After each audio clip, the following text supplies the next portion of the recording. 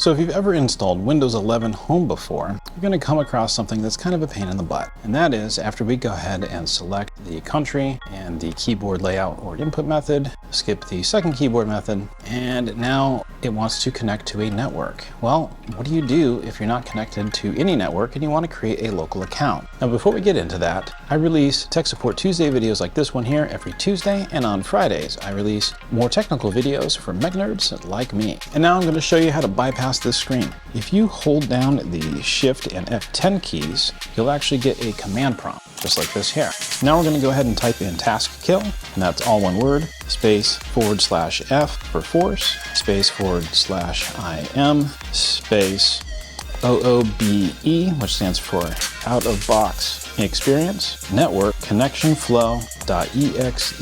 Now once we hit enter or return, it went ahead and killed that process. So now it's asking us what is your name, and we can go ahead and give it a name and create a local account.